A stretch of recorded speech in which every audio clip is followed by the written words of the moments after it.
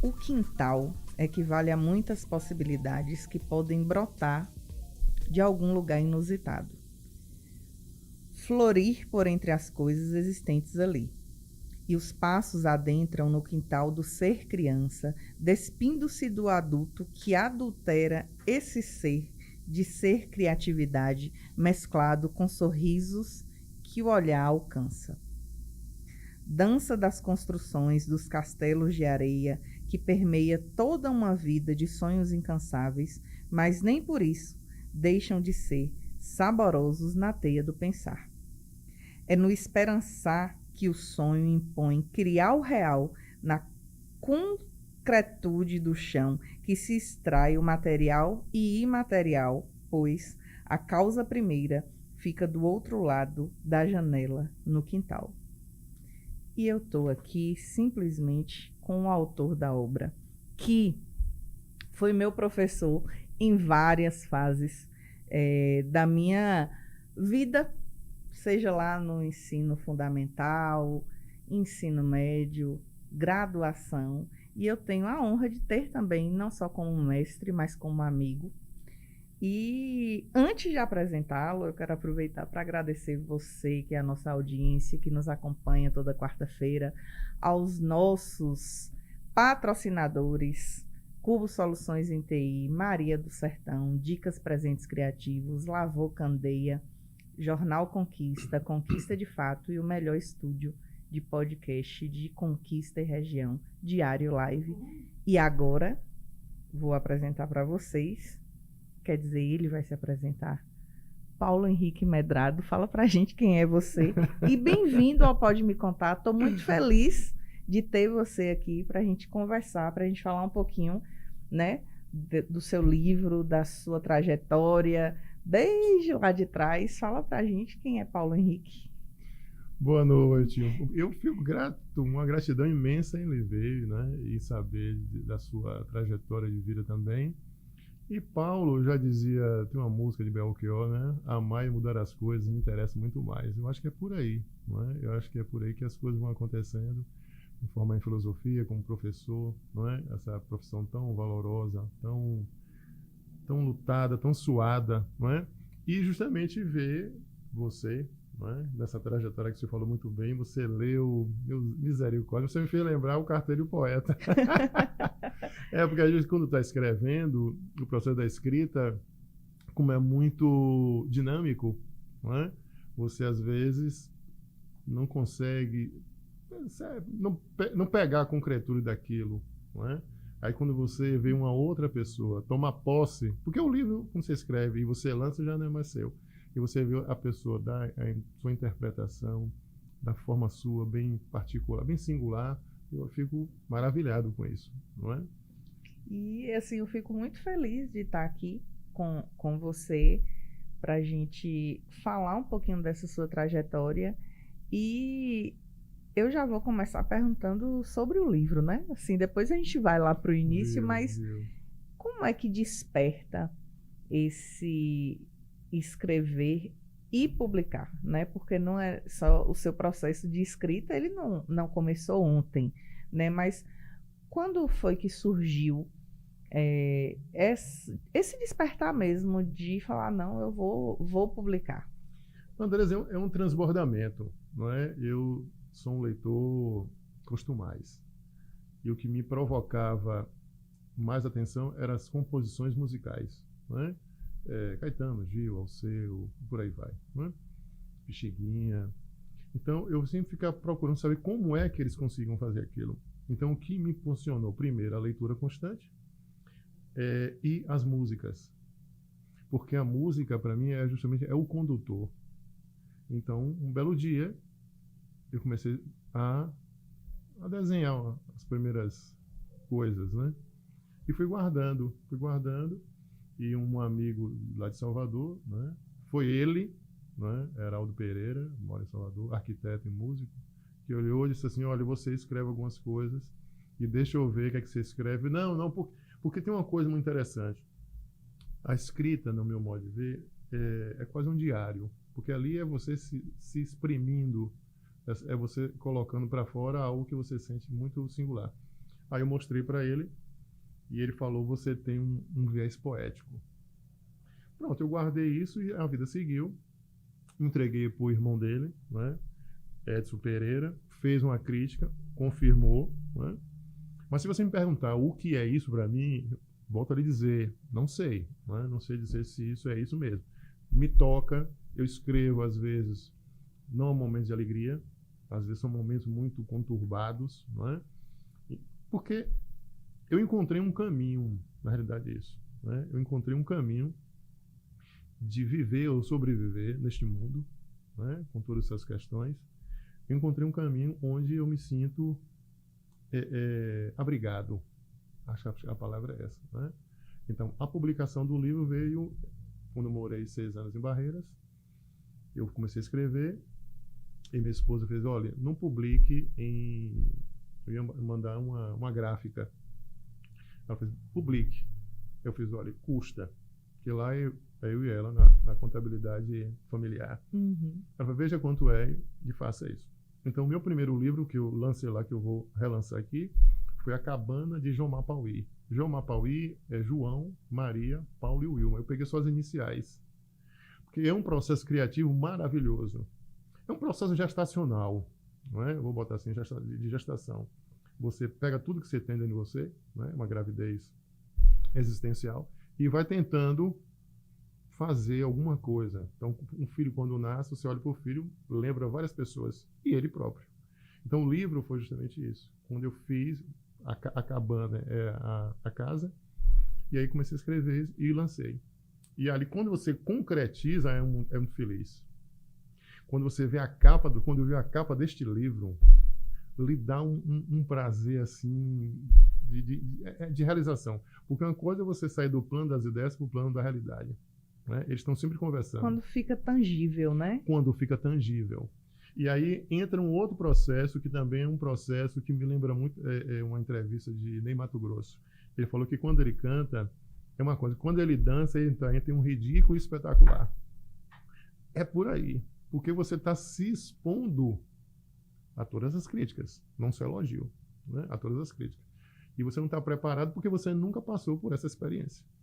Então, quando alguém diz: poxa, aquilo que você escreveu, eu digo: é mesmo, porque para mim é espantoso, né? E é interessante porque quando eu fui escolher qual poema começar, eu falei: eu preciso começar com um texto que seja dele. Eu tive dificuldade de escolher porque eu li, falei: poxa, essa. Aí eu ia para outra, porque de fato a música, a poesia, a arte toca a gente de uma forma diferente. Toca assim a alma mesmo. Então, eu fico pensando sobre nossa memória musical. O que é a nossa memória musical? Sim. Né? Quantas vezes a gente, dentro de um carro ou dentro de um ônibus, seja o que for, toca uma música que você não ouve há mais de 10, 11, aí você te leva para algum lugar. E a poesia tem essa inquietude em quem escreve, mas ao mesmo tempo, para a gente que lê, traz esse alento, esse despertar, essa identificação. Como é que você sente isso quando as pessoas falam: poxa, eu li e me identifiquei, eu li e gostei? Como é que é para você receber sobre sua obra? Porque não é falando de outras obras que você estuda enquanto filósofo, professor de filosofia. Quanto despertar você já trouxe tanto para a minha mente quanto para a mente de tantos que foram seus alunos. Mas como é que te toca uma obra que é sua, alguém chega e fala assim: me identifiquei, gostei? Como é que isso pega você? Você falou uma palavra interessante: inquietude. Às vezes quem me vê, as pessoas acham que eu sou muito calmo. Eu sou muito inquieto internamente, porque junta a sensação, não é, com a realidade, as palavras. Às vezes isso não é muito bom, não é? Isso lhe causa muito incômodo, nem sempre muito saudável. Quando a pessoa diz isso, eu me sinto gratificado. Em que momento? Porque o que eu escrevo é para justamente elevar. O que eu busco ser professor é isso, não é? Você passar, já que a nossa formação, a palavra é bem cristã, né? A palavra tem poder, a palavra se fez carne, né? Que é o próprio Jesus. A palavra é justamente isso. Então, quando alguém se sente tocado e eu olho no semblante, eu digo: alguma coisa boa. Então, a maioria das pessoas que falaram para mim é que, Paulo, você conseguiu no momento que eu estava passando. Uma vez teve uma ligação de uma amiga, ela falou, eu estava passando por isso, e você escreveu algo, porque eu escrevo e às vezes coloco no WhatsApp, né, dos grupos. Por que é que eu faço isso? Porque já que eu estou escrevendo, eu tenho que lançar para ver outros olhares, erros também, de português também, né? Mas como é que aquilo é captado? Às vezes alguém me fala em particular, eu faço coisa interessante. A palavra terapia, justamente, os gregos chamavam que a palavra era um fármaco, uma farmácia, né? Então, no momento atual, que nós estamos passando todas as questões, né, por esse caminho, escrever algo que traga um retorno que eu não espero e que eu não faço isso com esse objetivo, mas que toca alguém, é claro que eu sinto gratificado, né? Gratificado pelo toque que aquilo fez com aquela pessoa, que mais ilumine ela, que mais ajude, ou que ela consiga ver a vida por outro ângulo. No meu mestrado agora, Deleuze tem uma coisa que pegou para mim. Ele, às vezes, um acontecimento muito ruim, ele faz com que você crie algo. O que é criar algo? É você fazer daquilo ali uma arte. Então, ele relata acontecimentos. Então, a pandemia, aquele período bem delicado da nossa vida, eu fui por um caminho chamado que é arte. Lá atrás, jovem, com as questões familiares que me incomodavam, eu fui para a leitura. Então, é um trabalho terapêutico. Então, quando eu percebo... É, ao mesmo tempo, uma fuga e uma válvula de escape, né? Perfeito, perfeito. Quando eu comecei a ler, foi por fuga. Não fui para bar, não fui para outro lugar, eu fui para a leitura, né? Então, a leitura, eu me identifiquei profundamente. Eu lembro quando estava lendo o Menino Dedo Verde, olha, né, muito tempo. E Tistu, que é um dos personagens, ele tem um problema de saúde, não me lembro qual agora, e ele é a impossibilidade de sair. Então ele fica muito em casa. Mas ele tem uma característica de tocar nas coisas e criar árvore. Árvore não, fica verde, de brotar. Né? Então, quando eu digo, ó, aí você vai se identificando. Então, Deleuze faz uma leitura de Nietzsche, que Nietzsche diz, o que não me mata me fortalece. Deleuze diz, o que não me mata me torna diferente. É essa frase que eu gosto. Então, os acontecimentos desagradáveis da nossa vida têm que nos tornar diferentes. De uma forma muito positiva, artística, se for possível.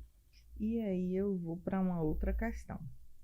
Você é professor de filosofia, Sim. Foi meu professor de filosofia ao longo aí desse período. E aí eu pergunto, como é que a filosofia influencia o escritor? Porque na filosofia tem muita literatura. Homero, Hesíodo, né? Tem os teatros. Né? Então, ali, a mitologia, por exemplo, música. Quem é Euterpe? Euterpe é filha de Zeus, que é o poder, com Mnemosina, que é memória. Então, quando a gente ouve uma música, ela lhe traz variadas sensações. Vamos colocar duas. Alegria ou tristeza. Eu lembro que uma vez eu estava em casa e ouvi uma música, eu tive uma vontade imensa de chorar. As lágrimas nos meus olhos. Eu me contendo porque eu não estava me entendendo o que estava acontecendo comigo por ter ouvido uma música. Então, a filosofia, e sou professor de filosofia, me identifico profundamente com essa profissão de professor de filosofia. Acho que a filosofia me deu muito mais do que eu dei de retorno. Então, justamente isso. Os deuses, a mitologia, a história. Porque você imagina, Andresa, você falar para aquelas pessoas daquela época que elas não estavam só ou sozinhas, dizer que existe um Deus chamado Zeus, que mora no Monte Olimpo, que tem endereço certo, e nesse endereço ele cuida das pessoas, e qualquer tempestade, qualquer desgraça que ocorra, você pode recorrer a ele, através de sacrifícios, e ele vai lhe acudir. Isso é bem cristão também, né? Então isso lhe traz justamente um apaziguamento enquanto pessoa, né? Você fala, não estou só. Porque são 3 perguntas. De onde eu vim, o que eu estou fazendo aqui e para onde eu vou. Essas são as 3 perguntas fundamentais, né? E aí você vai. Então, por exemplo, eu estou tranquilo, porque eu me identifico, já fui bancário, já trabalhei nessas coisas. Eu sou professor de filosofia, agora sou escritor, não é? Poeta, filósofo ainda busco, não é? Embora a palavra filosofia quer dizer amor, conhecimento. Então, eu acho que a filosofia, eu volto a dizer, é ela que me trouxe todo esse cabedal de possibilidades, de leituras, e que me fez, de certa forma, concretizar nos livros, né?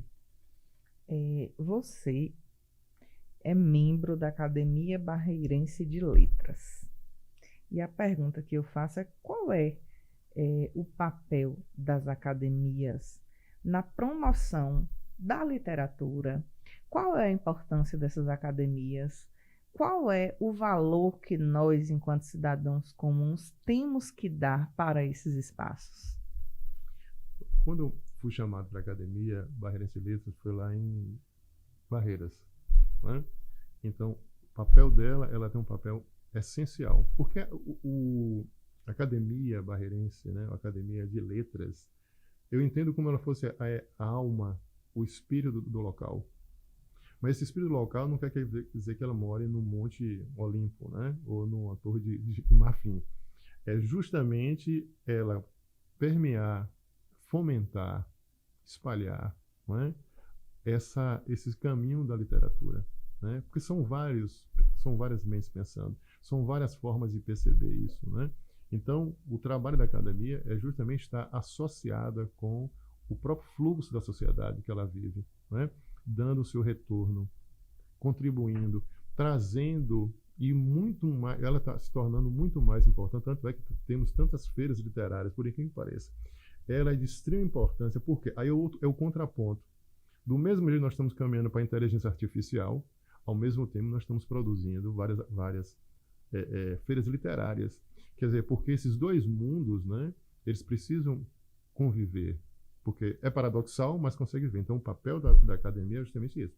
É de fomento, de participação, de introjetar na sociedade a importância da leitura, né? A importância, o gosto por isso, as discussões, principalmente na sociedade que ainda permanece muito polarizada.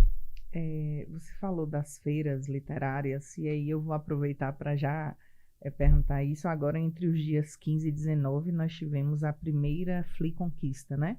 Que é a feira literária tão sonhada pela cidade, chegou. E o meu sentimento é de que chegou para ficar. E viver esse espaço, compartilhar esse espaço que vai desde a criancinha até o idoso para ver o escritor, para ver uma palestra, para participar de uma conversa literária. E você também lançou o seu livro na Fliconquista. Como é que você enxerga tanto o evento quanto a sua participação, o lançamento do livro, né? Tantos outros autores também lançaram esse livro. Qual a importância de eventos como esse para a cultura e a educação? Porque eu não consigo ver cultura e educação distante, né? Sim. Eu acho que cultura e educação caminham juntas para libertar o povo, para libertar a mente. Então, isso. Como é que você enxerga isso? Eu achei espetacular, espetacular. Porque é um momento de congregação, é um momento justamente da escuta. É que você agora para ouvir o outro, os outros, não é?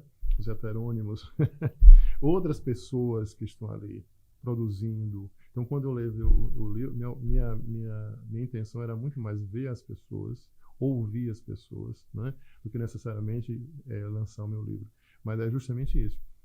A importância de uma feira literária, eu digo sempre, é como uma feira que nós vamos de comprar as coisas, né? Ali você tem uma multiplicidade de coisas. Você tem uma dimensão, uma força potente. Então, quando você vai e participa, ouve, teve entrevista, você tem música, tem um lado gastronômico, né? Você tem palestra, você tem uma variedade de coisas que é justamente, volto a dizer, que é isso que fortifica as relações sociais, né? Você encontra pessoas, revê pessoas. Para você aqui, olha eu aqui, não é? Você vai reencontrando, você dá um outro dinamismo, principalmente pós situações que nós passamos, principalmente por estarmos muito dentro de um quadrado chamado celular, não é? De uma tela, passa a ser mais amplo. Quando você larga a tela e vai, embora as telas também funcionem para tirar foto e gravar, você vê, por exemplo, o fechamento com a orquestra. Você vê ali Elomar, que criou a obra, tocada pelo filho e por uma neta. Então, sabe isso aí? Ali estava uma ideia, ele explicando, ele veio para explicar, não é? Como é que foi. Então, eu penso que é de uma extremamente importante e que ela perpetue, não é? E que venham mais escolas, as faculdades, venha a sociedade como um todo, participe, traga suas contribuições, eu acho extremamente essencial. E também essa oportunidade de você estar com o autor e perguntar sobre a obra. Como é que você criou? Porque, assim, hoje a gente tem esse espaço aqui, a gente pode conversar, assim, a gente pode lhe perguntar como é que vem esse livro, como surge a ideia. E quando a gente está num espaço coletivo como esse, tendo a oportunidade de perguntar para você como foi que esse poema aqui surgiu, eu acho que traz um despertar tão grande. Eu que também sou apaixonada por livros desde sempre, muito pela influência dos meus professores, assim, de leitura. Quando eu chego diante de uma pessoa que eu li, falo, nossa, o cara está aqui. Ou a mulher está aqui, assim, tantas vozes potentes nós tivemos ao longo desses dias. Então, assim, eu vejo esses espaços como espaços de libertação mesmo, assim. É de libertação. Né? Então, quando a feira literária é literatura e liberdade, a liberdade justamente é de expressão. A liberdade é que você tem a capacidade de expor a sua forma de pensar singular, não é? Ou uma forma de pensar que contribua ou traga reflexões. Então, por exemplo, você leu sobre o quintal. Não é? O quintal é justamente isso, a possibilidade de você sair de sua casa. Porque se você olhar a casa está dentro de uma planta estruturada. O que não está é o quintal. O quintal é justamente a possibilidade dos encontros, não é? Do desencontro, daquilo que não estava programado. Então, não adulterar a criança, que isso até tem música de Cidade Negra que ele fala isso, né? Um grande homem tem que ter uma criança dentro de si. A criança é justamente essa, a capacidade de ser criativa, justamente num período como esse. Um período onde você tem problemas climáticos, você tem problema de desigualdade social, você tem problema de inteligência artificial. Então, é justamente a possibilidade de você criar, de você buscar soluções para questões que estão aí. Que os pensamentos anteriores, um pensamento cartesiano, não vai resolver. Não é? Então precisa de um pensamento complexo, precisa de um pensamento justamente que busque, que fomente a criatividade. Então, escrever o quintal do mundo, de botar o quintal do mundo, é justamente isso. Essa possibilidade que nós temos de criar essa capacidade, cada um tem, né? De contribuir. Nós hoje, né, Vitória da Conquista, a Bahia, o Brasil é um grande celeiro de grandes pensadores. Assim, nós temos referências mundiais e em nosso tempo. Fora os outros que são atemporais, em nosso tempo tem muita gente produzindo muita coisa boa. Diante disso e diante dos cenários terríveis que nós passamos nos últimos anos, como é que você enxerga essa produção literária no Brasil 2023? Isso, parece que precisamos passar por questões. Eu acho que nada é à toa. Eu acho que os acontecimentos fizeram com que as pessoas fizessem uma reflexão da sua própria caminhada existencial, né? Então, nessa capacidade de refletir, de ver, né, que nós temos um período aqui, no dia que a gente nasce, no dia que a gente vai embora, as pessoas começaram a trazer o que estava guardado. Né? Escreve, por exemplo, eu fui mediador, 10 pessoas pela manhã. À tarde foram muita gente, fora os acontecimentos que eu não podia participar. Então, justamente, são períodos de limiares, né? Períodos de choque que a pessoa desperta. É aquele momento de despertar, de florescer. Então, eu acredito que esse período, em todos os sentidos, né? Pessoas que tinham emprego, largaram seu emprego para buscar uma outra forma de viver, não mais aquele emprego, aquele trabalho. um trabalho que trouxesse um sentido para a vida dele, não só pagar as contas, mas uma outra coisa além disso. Então, o Wagner Moura foi muito feliz quando ele disse no Roda Viva que a pandemia e o pandemônio que nós passamos foi pedagógico. Eu acho que é justamente isso. É pedagógico. É você dizer, olha, eu preciso tomar um direcionamento na minha vida. Não é? Eu fiquei mais próximo dos meus filhos. Não é? Os dois livros, tanto Maria Luísa como João Luiz e o Will, minha esposa, eles ouvem, não entendi nada, eu gostei disso. Então, o meu trabalho é justamente um trabalho, trouxe esse resgate familiar, né, da presença, né, ou também não, de perceber que não quer isso para sua vida. Então, acho que foi um período, e vai ser, no meu modo de entender, um período sim, muito paradoxal, mas muito produtivo, criativo, inovador, não é? De invenções, eu tenho certeza disso. Como é que você... O que é a poesia para a sua vida, uma vez que eu estou diante de um poeta, eu posso dizer? Como é que a poesia te liberta, assim, dessa inquietude? E como é esse processo seu criativo, familiar, né? Assim, você está ali na sua casa, com sua esposa, com seus filhos, está criando, eles estão escutando o que você está criando. Como é que é esse processo criativo para você, mas não por conta de uma publicação, não, desse despertar de alma mesmo? Como é que acontece esse processo criativo? Terapêutico. Ao longo da minha vida, eu conheci você, a literatura, a música foi o local onde eu me entendia. Além de ter uma visão diferenciada daquela cidade. Não é que você sempre ser melhor, mas muita coisa que eu via eu não concordava. E eu, como tenho capacidade, como todo mundo tem de escolha, eu fui escolhendo aquilo que mais se aproximava de mim. Então eu digo sempre que vou utilizar Nietzsche mais uma vez, o amor fati, né? O amor, pior que a situação esteja, afirme a vida.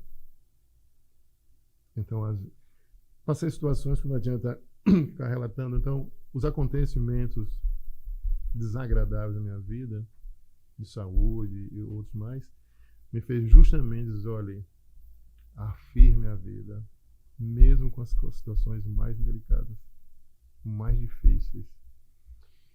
Minha mãe partiu esse ano, né? Eu tinha uma ligação, sou o filho mais velho, e a gente conversava muito. Ele dizia, meu filho, chega para mim. Então, quando ela foi, dia 5 de fevereiro, claro que eu sinto até hoje, mas isso me mostra justamente, ela fez relaxe, eu ouço muito. Você falou uma coisa interessante, se você observar, nós temos uma cultura que era muita de ouvir. Nós temos agora uma sociedade muito ocularista, tudo na visão. Então, eu trago essas duas coisas, ouvir, refletir. Converso com minha sogra, que tem quase 90 anos, né? Então, essas pessoas que viveram, eu capto isso, porque eu vou passar por isso. Se eu não morrer amanhã, eu vou passar por isso. Então, o que é que eu posso fazer de melhor para mim e para outra pessoa? Então, como eu sou um homem de fé, amar o próximo a ti mesmo não é simples falar, mas na realidade beira a impossibilidade de realizar. Mas eu sou teimoso. Eu creio no amor. Eu creio no amor. Então, amor à filosofia é amor. Amor ao conhecimento. Amor a um filho, uma filha, que eu diga meu filho, eu digo a Maria primeiro, que é a mais velha, eu não lhe conheço. Eu disse isso para ela, tem 17 anos, porque eu não conheço. Você é minha filha, é filho de sua mãe, tem umas características que lembram alguma coisa que parece comigo, mas eu não lhe conheço. A nossa trajetória de vida que vai fazer com que a gente se aproxime ou não. Mas o amor que eu tenho vai ser sempre. Então eu creio justamente nisso. Naquela coisa que é intangível. Não é naquela coisa que vai além do que a gente espera. Você falou uma coisa interessante desse amar o próximo como a ti mesmo, que é um desafio filosófico também, porque tem muita gente que fala assim, é amar o próximo como a mim mesmo, e aí é o desafio do auto-amor, que é a nossa grande dificuldade. Justamente. Nos compreender as nossas incoerências, acolhê-las, para daí eu ter condição de acolher também a sua incoerência. Então, Isso. muita gente acha que é simples e não é muito desafiador a gente pensar nesse amar o próximo como a ti mesmo, justamente porque é um convite para o auto-amor. E o convite para o auto-amor também é um convite para a reflexão de quem somos, né? Constante, constante. Porque você sente ódio por um filho, você sente ódio pela esposa e vice-versa. Você sente ódio. É humano. Então, às vezes eu vejo que o amor não é só um sentimento. Ele é uma virtude. Porque apesar de todas as questões, E ele é uma ação, né? justamente, é uma ação. Então, quando Jesus diz, olha, amar o próximo a ti mesmo, ame muito mais, porque é brinquedo, viu? Ame muito mais quem você odeia, isso é racional. Por quê? Se você gosta de quem você gosta, qual o problema? Nenhum. Qual o desafio? Nenhum. Mas se você amar a pessoa do qual você não odeia, o esforço é bem maior. É por isso que eu digo sempre, até brincando em sala de aula, odiar é fácil, porque não me exige esforço nenhum. Agora ame, o esforço é maior. Você precisa compreender, então, eu sou casado na igreja católica, mas eu vivo, a minha atenção não é com a igreja, eu tenho um profundo respeito por ela e todas as instituições, mas o meu dia a dia é com minha esposa, é com o filho, Maria, e com o João. Que a gente precisa administrar a toda hora, a todo instante, mesmo você dormindo, você está sendo solicitado em algum momento para alguma coisa. A toda hora você precisa estar sempre é um burilamento constante. O que dizer, o que não dizer. Então, o que eu aprendo hoje? O silêncio. E você traz Às vezes não diz nada. Me fez pensar em uma outra coisa também, ainda sobre essa questão do amor ao próximo, é que muita gente acha que o amor é o amor romântico, fraternal, Não, amor muitas vezes, e esse amar o inimigo é respeitar a limitação que temos de conviver. Justamente. Porque também não é dizer, vou respeitar a limitação do outro, porque eu também sou limitada. Não sou melhor que ninguém. Isso. E esse exercício de amor é o exercício de respeitar até onde eu consigo tolerar. Perfeito. E até onde eu consigo ser tolerável, né? Então, muitas vezes, inclusive, a religião, que eu não sei quem foi que escreveu que Deus deu asas e a religião nos deu gaiolas, né? Eu não me lembro agora onde foi que li, mas assim, porque muitas vezes quando a gente vai para esse viés religioso do amor, a gente pode se escravizar em situações Sim. tóxicas. Amar é ir embora, amar é deixar ir, isso que eu ia dizer. Amar é respeitar, isso. É também ir embora, né? Então, para além das coisas, acho que o respeito das nossas diferenças é um ato de amor, né? Sim, sim. É isso que eu ia dizer, você leu meu pensamento. Amar é deixar ir também. Amo tanto que você pode seguir seu caminho, não é? Não dá mais, porque é um negócio tão interessante que você falou.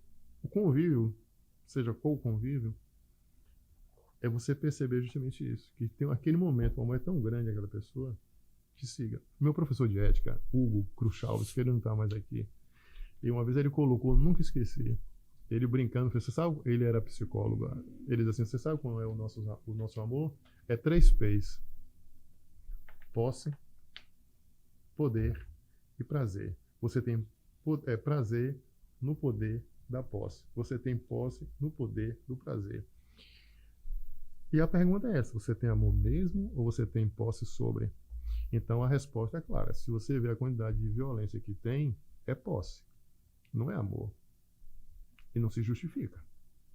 Não se justifica. Eu nunca bati nos meus filhos. Se eu batesse, eu ia me arrepender. Por quê? Um homem desse tamanho com uma criança pequena. Eu posso utilizar outras formas. Ah, mas eu fui educado apanhando. Fui. Então logo eu sei bater. Mas eu quero bater? A decisão é minha. Então tenho como eu punir e corrigir? Tem. Pode ser mais demorado? Pode. Eu falo 1, 2, 3, mas estou falando. Estou ali. Incisivo. Não é? Então, o amor é algo que passa por não só um sentimento de paixão, mas algo que vá além de si. É você perceber que está fazendo bem, tanto assim como o próximo. Inclusive, deixar ir embora. E aí, hoje em dia, né, a gente ouve muito, inclusive Bauman traz isso, né, as relações líquidas. Né? Hoje nós vivemos um período histórico de relações líquidas, né? De relações utilitaristas, né?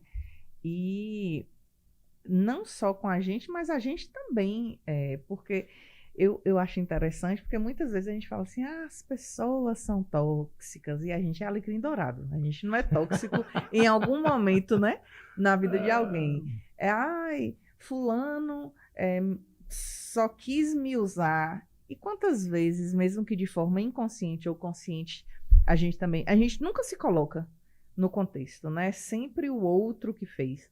E a gente também é tóxico, a gente também já teve ou tem relações que foi na base do interesse, e a gente tem que tirar essa hipocrisia de dizer que não, né? Porque a gente não é alecrim dourado, nem quero ser também.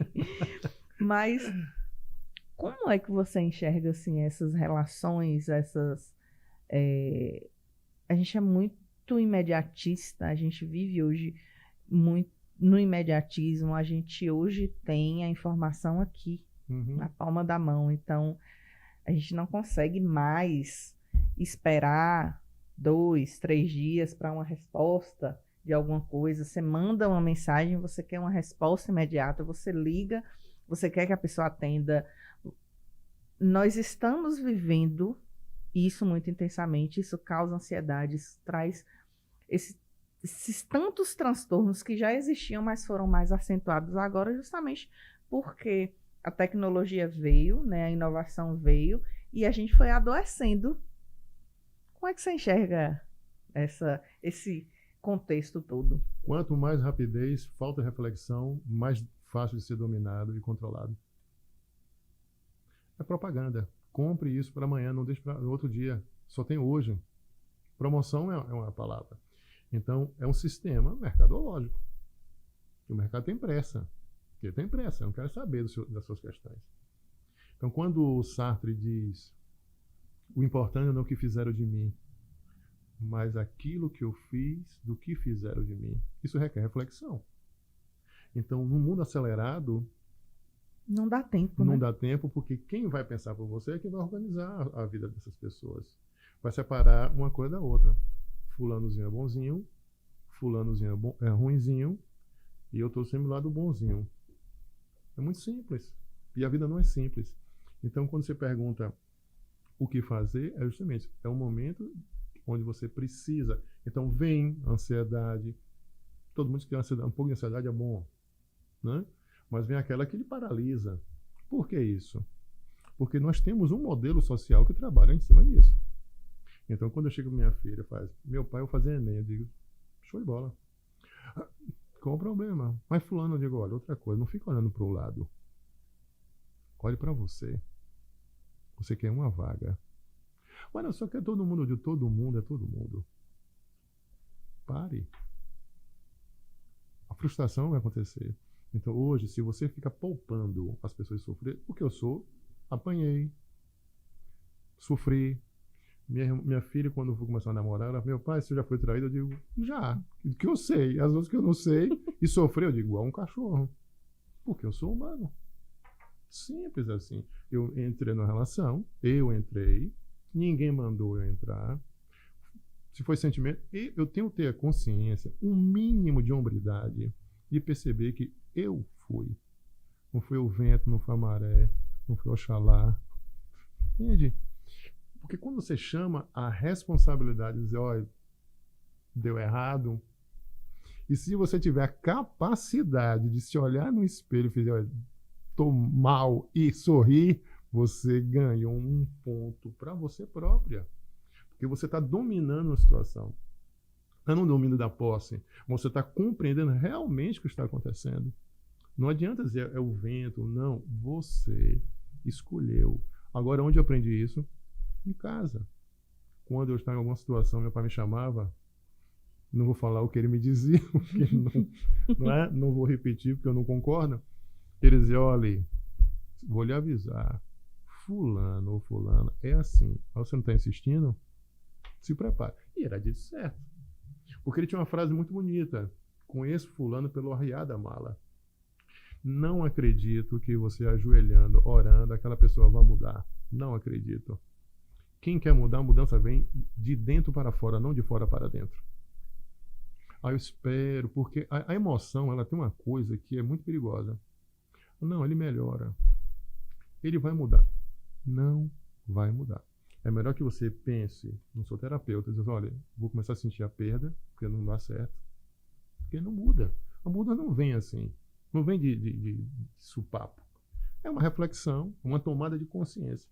Uma vez eu estava lavando um prato em casa, e minha esposa é professora de física, os dois professores. Aí eu fiz, eu vou lhe ajudar. Ela parou e voltou, fez, você não está me ajudando. A casa é nossa. Falou, não, você não é. Falou, mas aí, você traz o machismo, você traz toda uma construção ao longo do tempo. Acabei. Nunca mais falei isso. Mas não é verdade? É uma verdade. A casa é nossa, a casa não é minha nem é dela. Ou melhor, o papel da cozinha não é dela, o papel é de quem mora na casa. Não é assim? É assim que eu entendo. Assim como o papel na criação dos filhos, assim Sim. como não é, ele é legal porque ele toma conta dos filhos, ela não fez o filho só, né? Perfeito. Então, assim, é um papel dos dois, né? O papel da criação. Eu tive dando aula e aí um aluno me lembra, falei, não, tem que criminalizar o aborto. Aí eu fiz, eu concordo com você. Agora com um porém. Ele falou, qual professor? Eu digo, o rapaz que fez o filho, bata meio juntamente com ela. Como professor? Eu digo, é claro. Meu amigo, entenda que a relação é uma relação, não é um ou outro, é uma relação. Mas é sempre aquela visão, é sempre o outro. Não sou eu. Eu preciso sempre, né, culpabilizar o outro por aquilo. É interessante porque os homens cometem aborto todos os dias no sentido de Abandona a família, não abandona. participar da criação dos E filhos. assim, muitas vezes esse abandono paterno acontece com o pai em casa. Sim. Mas a grande maioria das vezes, eu falei isso já em alguns episódios, em algumas conversas com convidados e convidadas, de que a nossa família tradicional brasileira é composta por uma mulher preta, que é a rima de família, que cria, essa é a família tradicional, que cria os filhos, os sobrinhos, os netos, os bisnetos e todas aquelas gerações que vêm. Porque ela também teve essa formação. Perfeito. Entende? Uhum. Então, assim, se fala em criminalizar e as pessoas entendem quando você fala, não, eu não sou a favor de criminalizar, é abortista. Isso. Não é isso, é uma questão de saúde pública, né? Isso. É uma questão de saúde pública, não é igual você ir comprar um Dorflex numa farmácia, não é assim que funciona, mas a gente não fala dos abandonos paternos, né? Muitos. Que os índices são altíssimos, né? Quando eu casei com 40, e vi realmente que se eu tivesse casado com 20 eu teria entrado na estatística. Exige muito pela própria estrutura que você tem, que você é criado eu enquanto homem, e pela realidade que você vive. Né? Então, minha esposa, Wilma, ela é de uma família onde a mãe não quer que dependa de ninguém, né? E nós fomos criando uma relação justamente nesse aspecto. Mas não é uma coisa assim, romântica, não é nada de romantismo. Chateia, é luta, até que a ficha cai e fique leve. Isso aí já vou fazer 20 anos agora de casamento. Então, de convívio. Parece que foi ontem, parece que foi 2 horas. Então, eu digo que, não digo a palavra sorte, eu acho que houve um encontro. A minha possibilidade de querer mudar enquanto agora. Então, eu sou pai. Você, Paulo, professor, poeta, qual que você... Pai. Pai de Maria Luísa Brasil Medrado, pai de João Luiz Brasil Medrado. Porque é algo extremamente desafiador. Minha pergunta sempre será, aproveitando que você falou que está repetindo, será que é possível e desejável que as famílias, o pai e a mãe, parem um pouco, 20 minutos, todos os dias, para conversar com seus filhos? É possível, é desejável se realizar isso? Para ouvir, sem julgamento. E nessa relação você me crie, se assim desejar, e se for possível, uma relação ética. Não me traga uma visão moral antes da relação. Isso é errado, isso não pode. Ouça um jovem. ouça as suas reclamações, as suas dúvidas, as suas incertezas. E como você já foi jovem, já foi criança, ouça e procure, ao ouvi-los, ter uma solução, de preferência, amorosa, sempre amorosa. Não consigo entender grito, ameaça como forma de resolver problemas. Você só vai agravar os problemas ou vai construir um problema onde não existe. Então, só reiterando o que você está falando. Será que é possível e desejável que você pare 15 minutos nessa vida acelerada, corrida, para conversar com sua esposa, com sua mulher, com seu homem, seus dois homens, suas duas mulheres, ou quantos forem, com as pessoas, com seus formatos com familiares, seus formatos, né, familiares, desligar um pouco, não é um aparelho não, desligar aqui, porque quando você conversa com alguém, eu preciso silenciar meus pensamentos, eu não posso ficar pensando no que você está me dizendo, é um trabalho, ser professor para mim é isso, professor o que é isso? Eu digo, pergunte, eu não posso pensar por você, eu tenho que pegar o seu pensamento e trazer na minha cabeça e dizer, olha, o que você está me dizendo é isso? É, professor, então pode ser por aqui ou por aqui. Então é um trabalho amoroso de inclinar, clínica, né? De inclinar. Você se inclina para ouvir. E aí, ó, então quando eu converso com Maria, eu peço todas as questões religiosas, sexuais, show de bola. Aí às vezes as pessoas perguntam, Paulo, e agora você é pai de uma menina, de uma mulher? Qual o problema? Eu digo, nenhum. Minha vida até hoje foi justamente errando ali, fazendo as coisas que não devia ali, mas sempre respeitando a pessoa. Então, minha filha, uma mulher, continuo respeitando. Falo a realidade, não quero tirar tanto às vezes a poesia ou encantamento, mas deixo ela me procurar para que eu possa ser útil naquele momento. Você aprendeu isso em casa com meu pai, com minha mãe. E aí você traz me surgiu uma outra coisa, porque assim, o brasileiro de forma geral, nosso jeito brasileiro de ser, mas eu acho que isso é em qualquer ser humano, essa síndrome de Gabriela, né? Uhum.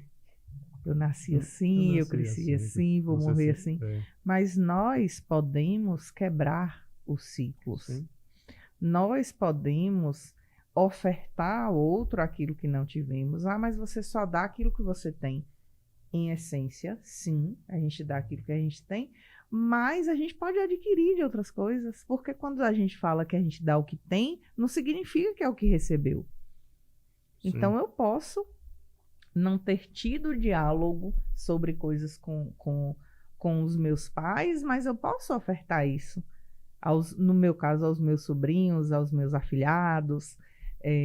Ainda não tenho filhos, mas quando estiver aos filhos, eu posso quebrar esses ciclos. Eu acho que é muito o papel de todo ser humano. Se eu tive um ciclo de violência, por que eu não quebro? O que me impede?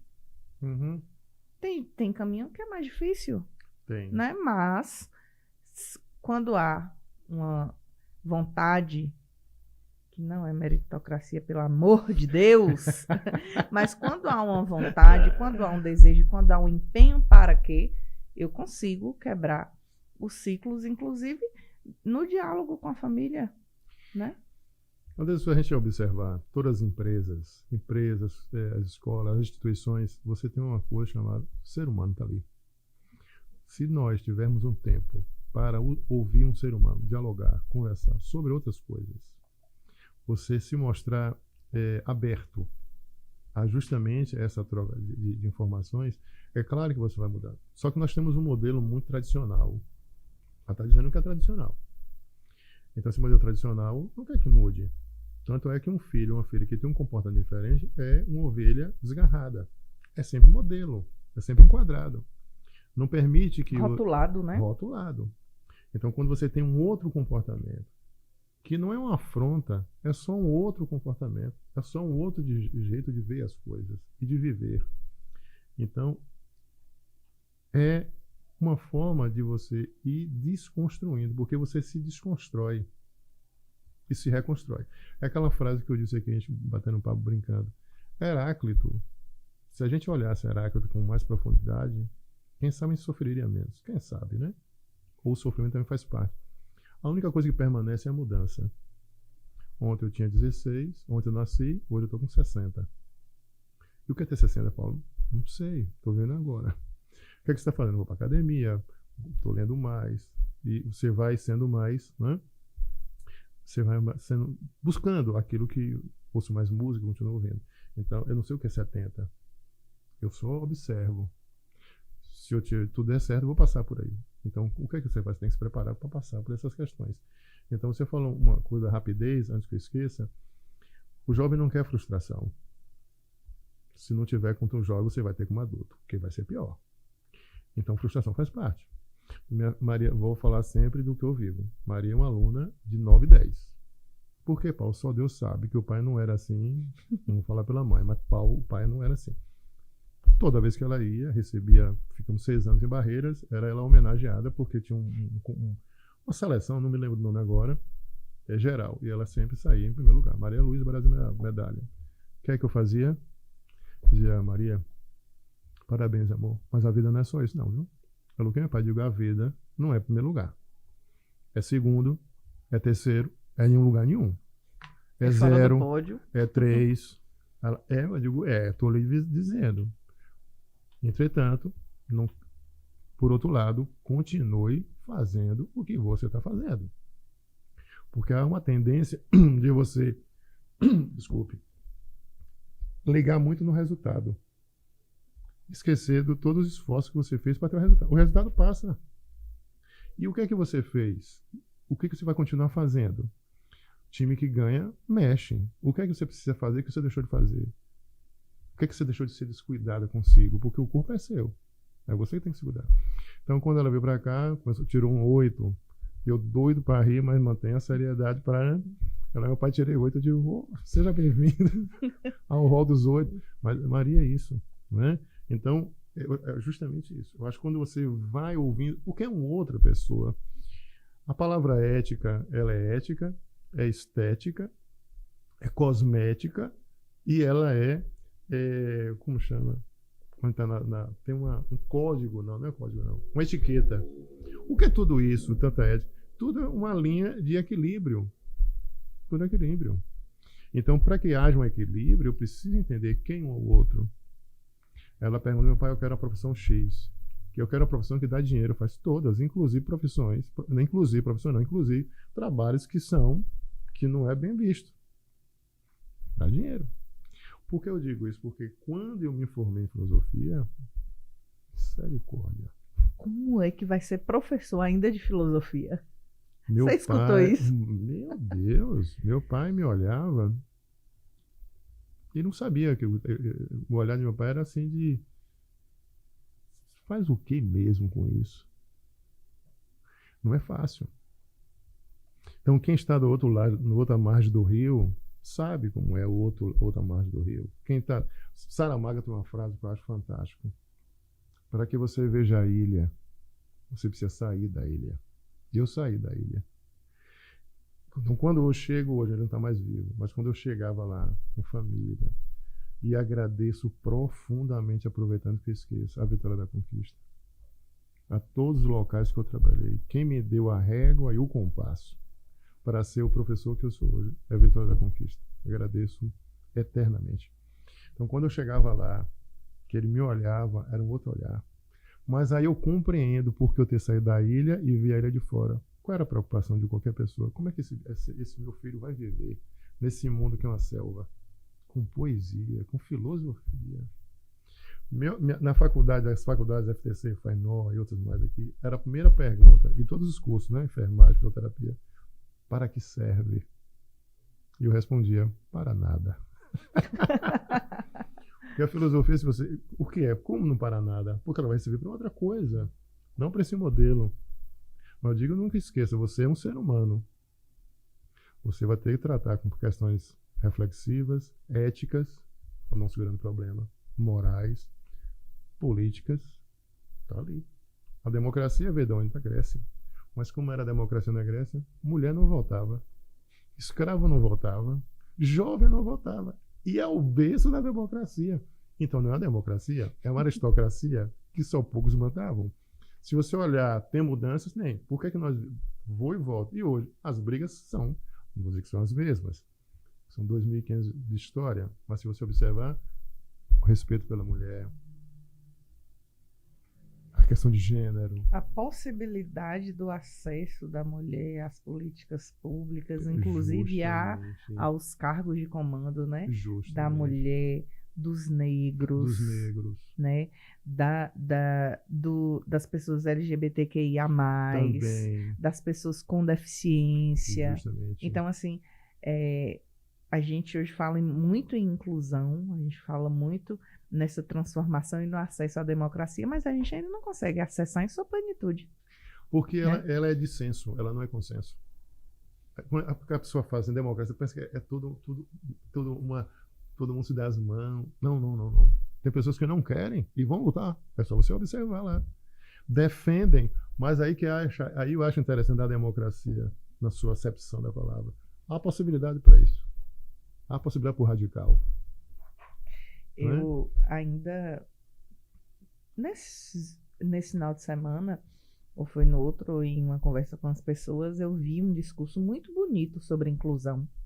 Um discurso, assim, potente sobre inclusão. E aí eu fiz uma provocação. Falei, você abriria mão do seu espaço para quem não tem o acesso? Porque inclusão para mim é isso. Justamente. Aí a gente tem um silêncio. Porque o discurso é muito bonito. A fotografia da inclusão é linda. Você olhar e falar assim, poxa, ali a gente vê todo mundo representado. Mas quem é que está disposto a abrir mão deste espaço para que a inclusão de fato aconteça? Tradição. Né? Capitanias hereditárias. É aquela história, né? Faça a reforma agrária, mas não na minha fazenda. Então, aí eu vou e volto. Essas pessoas passaram por isso, acreditam piamente nisso, nunca fizeram nenhuma reflexão sobre isso, nunca se colocaram no lugar das pessoas, não vê a estrutura social como é montada. Ela ouve e repete como um sinal atávico, né? Tá repetindo, não sabe por quê. Quer que siga sempre aquelas profissões, né? Antigamente, eu acho bem antigamente, queria que um filho fosse padre, um filho fosse advogado para dar na justiça, aos 3 poderes, e um médico. Então você observa que são tradições e elas vão continuar. Toda vez que, tudo isso que você falou, toda essa inclusão, não pense que vai ser fácil. E não vai ser fácil enquanto tiver. E não vai ser sem luta, né? Tudo é com luta. Para que justamente essas pessoas que acham que estão num mundo dividido, né, vá percebendo muito lentamente. Não é visão de esperançoso, não. Que é muito lentamente. Né? Meu pai, um homem negro. Minha mãe, uma mulher branca. Minha avó não queria. Então, é a mesma coisa. Minha avó não queria. E meu pai casou passando pelas todas as coisas. As minhas tias brancas diziam, sua avó dizia para mim, meu filho, que o que corria na veia dela era sangue azul. Eu digo, só em tinteiro, minha tia. Todo sangue é vermelho. Então você pensa que isso muda? Não. Paulinho, você é um negro cheiroso. Eita, negro inteligente. Tem que estar afirmando. Só que as pessoas naturalizaram isso. Ah, mas desde que o mundo é assim. Aonde? Mas isso não é uma construção humana? Ao longo do mundo? Não é construção social, né? Social. O que é que os gregos diziam? Quem não fala grego é bárbaro. Quem é bárbaro? Todo mundo, todo mundo que não fala grego naquela época. Então, aceitar é entender que é conflito. E quanto mais há conflito, há mais radicalidade por um lado. E, assim, uma outra coisa que é interessante, porque, assim, quando eu... Muitas vezes eu falo sim à prática. E me perguntaram, você está incomodada com o discurso? Eu falei, não, porque antes não estava nem no discurso. Justamente. Hoje já se fala. Então, assim, antes não se falava em inclusão. Antes não se falava do papel social de todo mundo na construção de uma sociedade democrática. Hoje, quando a gente já pauta, é um passo que a gente já deu. O passo maravilhoso vai ser quando a gente começar, de fato, ver na prática a inclusão acontecendo. Em todo, seja de gênero, né? Seja de raça. Quando a gente entender o que é de fato inclusão na prática, é um outro passo, mas antes a gente não falava sobre as questões racistas. Sobre os termos racistas que a gente repete e, vez ou outra, e eu vou além. Nós precisamos ter, sim, letramento racial. Interessante. Nós precisamos, sim, estudar. Não é falar assim, eu vou perguntar. Não, a gente tem muito material. Tem. A gente tem muita gente produzindo material para que a gente possa estudar. Então, não é mais desculpa de dizer, eu não sabia que não podia falar. Sabe, você tem acesso à informação. Então, a gente precisa ter esse letramento para que a gente não fique repetindo racismo, para que a gente não fique repetindo comportamentos que não são comportamentos sociais aceitáveis. Isso. Mas para o ano que a gente está em 2023, a gente tá? Qual é o século que a gente está para a gente estar repetindo esse tipo de coisa? Então a gente precisa, é nossa responsabilidade se instruir. Não é esperar que o outro venha dizer, olha, não usa esse termo não. Por que eu tenho que esperar outra pessoa dizer se eu posso buscar informação? Perfeito. Poxa, esse termo aqui, eu falei isso a vida toda, mas eu posso parar de falar. Por exemplo, quando o Daniel Munduruku explicou com muita... Ou você ouviu o som do ar-condicionado, como estou ouvindo aqui. E já estava lotado. A construção da palavra índio.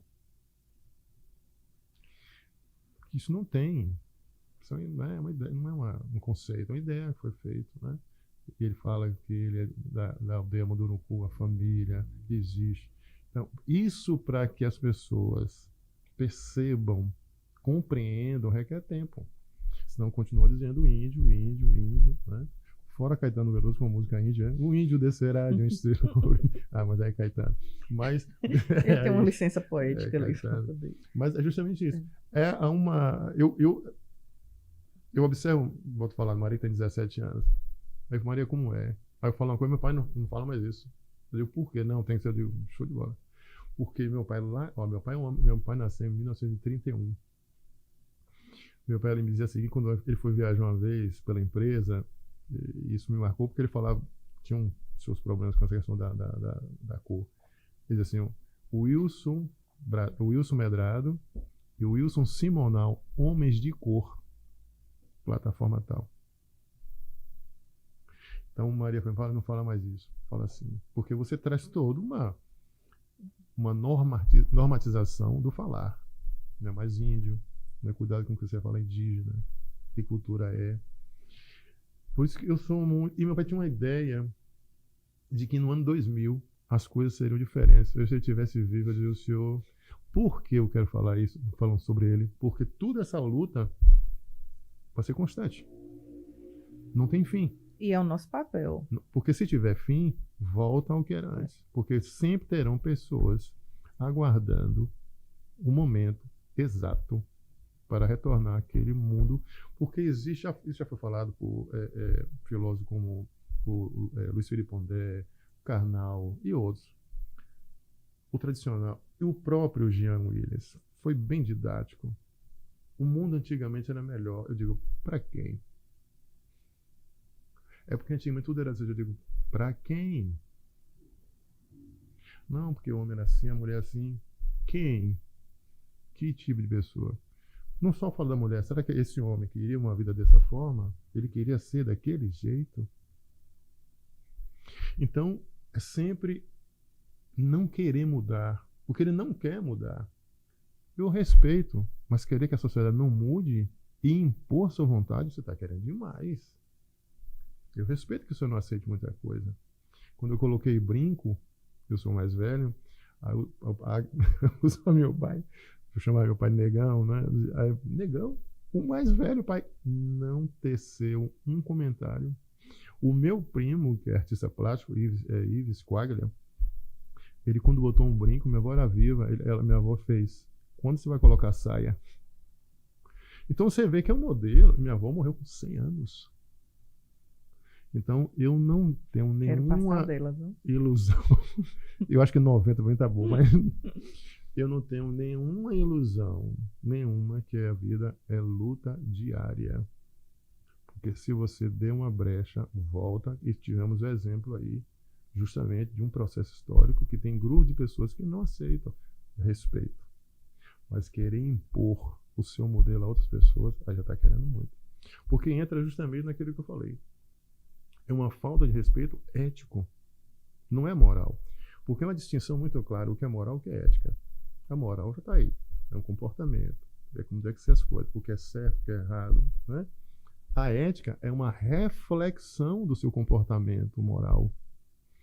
Ele cometeu um crime, ou ela, vai para a cadeia, sofre violência na cadeia. É justo? Não. Ele já está pagando a pena pelo delito que cometeu, né? Essa palavra pode ser outra, né? Por que ele sofre violência na cadeia? Não é justo. Porque ele já está cesseado da liberdade. Então, se você joga isso, não, ele tem que sofrer mesmo. Eu digo, não. Não tem nada a ver com... Aí, os direitos humanos... Aí, meu Deus... Leva para sua casa. Isso. Aí, antigamente, eu ficava em tempo de... Mas hoje eu percebi que é um desconhecimento. Com quem desconhece, você não fica jogando. Você ouve, silencia. Eu tenho feito isso hoje. Silencio, não falo nada. E nem diga, se fosse... Porque ainda tem aquela... se fosse um filho seu, se fosse um... Não digo nenhum argumento. Mas, olha, já está pagando pelo... Você vê que em alguns lugares no mundo, este mundo aqui, não o mundo lá transcendente, existem locais que não tem... A cadeia está... Por quê? Porque fizeram um trabalho de reinserção dessas pessoas. Então você prende, maltrata. E quando solta, quer que ele seja um anjo... Ele está querendo muito. Quer que saia transfigurado. Você está sem nenhuma estrutura para essa pessoa. O que fizeram com o negro? Você traz as pessoas da forma como foi trazida, todo um histórico. Escraviza. Constrói uma sociedade em cima do sangue negro, já dizia Darcy Ribeiro. Né? Quando está tudo bem, libera. Aí vem aquelas leis, né, do ventre livre, que libera, quer dizer, um filho de um escravo, como é que você volta a dizer o quê? Escravo. A lei sexagenária, depois de muita a idade que vem, se você chegasse com chicotadas, maus tratos aos 60 anos, né, você ia fazer o quê? Ia voltar. Não podia estudar, não podia vadiar. Aí, é só você ver. Aí quando você conversa, não é mimimi, eu digo, não é mimimi não, filho. É história.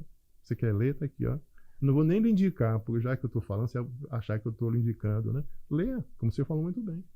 Então, acho que há uma preguiça mental. É preguiça mental, porque as coisas estão aí, mais claras e impossíveis. Né? Então, aí é um processo histórico muito grande e que, com o aceleramento do celular, eu acho que realmente tem uma dificuldade. Né? Paulo, a gente poderia ficar aqui a noite toda, porque Tranquilo. A hora passa... Inclusive, eu já deixo a provocação para que você retorne, né, para a gente continuar essa conversa. E eu tenho um quadro aqui no podcast que é o chamado Momento Meias Palavras, onde eu falo uma frase e você completa ela. Ixi. E aí agora eu vou falar com um poeta. Meu Deus, me ajude aí. Viu? Então eu vou iniciar, né, o Momento Meias Palavras com a primeira. Eu não dou chance para... A estupidez. Não. Não tenho coragem de... Ser indelicado com alguém. Tenho vontade de... Amar mais. Se eu pudesse, eu mudava. As relações. Minha maior inspiração é... Jesus. Paulo, muito obrigado por você amor. vir aqui, por a gente ter esse bate-papo, ter essa conversa. E fala aqui para nossa audiência onde é que encontra, né, o livro. Desculpe, gente, mas o meu, tá autografado. Onde é que se encontra na Nobel? Na Nobel, no centro, aqui do centro e do shopping, não é? Valmária e José Maria abarcaram essa... Não é? Estou sempre lá, estou pensando em fazer um projeto, não só para chamar, porque é justamente isso. Eu sou um ser gregário. né? Embora tenha momentos que eu vou ficar só com todo mundo, né? Mas eu gosto de gente, eu gosto de trazer essa... Então, a Nobel vem fazendo essa... me acolhendo, né? Maravilha. Agradeço muito. Fiz o lançamento lá e o livro está lá. Quem tiver interesse... Então, mais uma vez, obrigado Eu que lhe agradeço por muito. aceitar e Estarei... a casa é sua. Obrigado, eu sim, agradeço muito. Qual é o nome dele? Jordão. Jordão, um abraço, Jordão, valeu, viu? Espero que fique bem bonito na foto. E aí, Andresa, maravilhoso, tudo de bom para você. Fico muito feliz mesmo, você não sabe a felicidade de lhe ver aí. Você criando seus caminhos, não é? Isso é maravilhoso. Porque se a gente olhar para trás e olhar para frente, ninguém nunca imaginaria. É isso que eu acho fantástico, é isso. Essa complexidade da vida. Essa complexidade das coisas que a gente, vai ser assim. Não sei. Tudo muda, né? Tudo muda. Por exemplo, amanhã eu vou fazer tal coisa. Eu sei, amanhã nem surgiu. Como você tem tanta certeza que vai ter amanhã? Isso é verdade. Né? Então, Obrigadão, muito obrigada. Eu quero obrigado aproveitar também para agradecer nossa audiência. Você que não se inscreveu no canal ainda, corre, se inscreve no canal, ativa o sininho, ajude a gente a chegar em outros lugares. E eu quero agradecer os nossos parceiros, Cubo Soluções em TI, Lavô Candeias, Maria do Sertão, Dicas Presentes Criativos, Conquista de Fato, Jornal Conquista e o melhor estúdio da região sudoeste, Diário Live. Quero agradecer também nossa equipe, os responsáveis por colocar a gente no ar. Então fica com a gente toda quarta-feira no mesmo bate-local, na mesma bate-hora. E não esquece de se inscrever no canal. Até quarta que vem.